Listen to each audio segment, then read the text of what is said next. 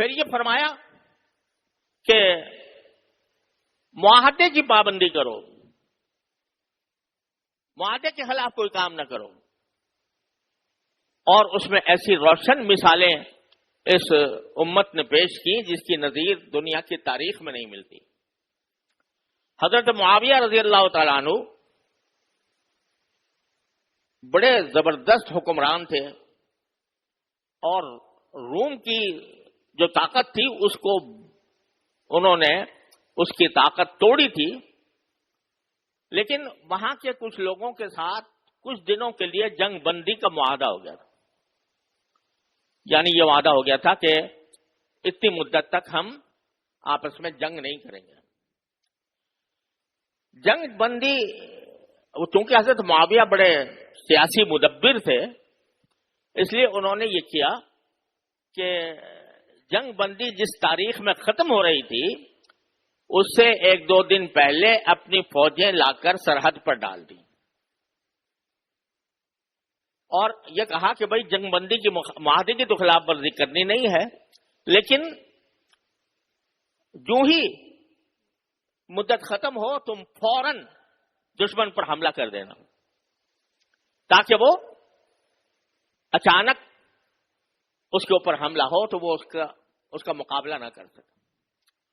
چنانچہ فوجیں وہاں پڑی ہوئی تھی، لشکر وہاں پڑا ہوا تھا، ادھر وہ تاریخ کا سورج ڈوبا اور ادھر انہوں نے حملہ کر دیا رومی سلطنت کے ایک علاقے پر، اور چونکہ حملہ ان کے لیے غیر متوقع تھا، وہ یہ سمجھتے تھے کہ بھئی ابھی جنگ بندی مدت ختم ہوئی ہے، پھر فوجیں آئیں گی، پھر دیر لگے گی، جب جا کے کہیں جنگ ہوگی، تو وہ اس خیال میں تھے کہ ابھی اتنا اچانک حملہ نہیں ہوگا، لیکن وہ اچانک ہو گیا۔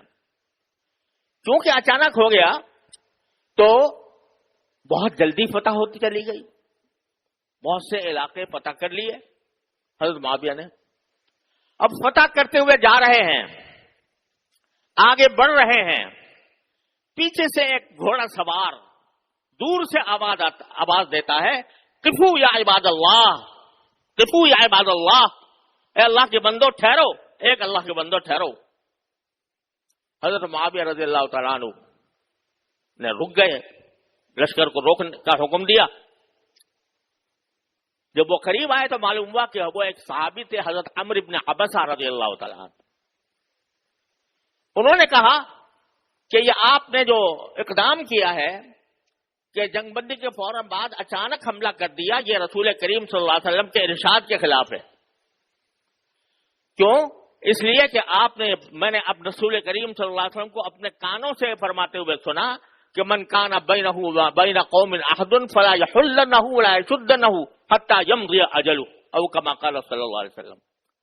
میں نے اپنے کانوں سے رسول اللہ صلی اللہ علیہ وسلم کو یہ فرماتے ہوئے سنا ہے کہ جب کسی قوم کے ساتھ کوئی معاہدہ ہو جنگ بندی کا، تو اس مدت میں اس قوم کے خلاف فوجی تیاری بھی جائز نہیں ہے۔ اس مدت میں آپ گھوڑوں پر زین بھی لگا سکتے ہیں، آپ وہاں پر گھوڑوں کا لشکر بھی اپنے جگہ پر اپنے ملک میں بھی تیار نہیں کر سکتے۔ لہذا آپ نے جو یہ کام کیا ہے، جو یہ فتح کیا علاقہ، یہ رسول کریم صلی اللہ علیہ وسلم کے ارشاد کے خلاف ہے، معاہدے کے خلاف ہے۔ کیوں ہی حضرت معاویہ رضی اللہ تعالیٰ عنہ نے نبی کریم صلی اللہ علیہ وسلم کا ارشاد سنا، فوراً حکم دیا فوجیں واپس چلی جائیں، فوجیں واپس چلی جائیں۔ جو علاقہ فتح کیا گیا تھا وہ واپس لوٹا دیا۔ کیوں؟ اس لیے کہ سرکار دو عالم صلی اللہ علیہ وسلم نے جنگ کے کچھ قواعد بنائے، اور جتنے جہاد ہوئے ان سب میں ان قواعد کی، ان اخلاق کی، ان ہدایات کی پوری پابندی کی گئی صحابہ کرام کی طرف سے۔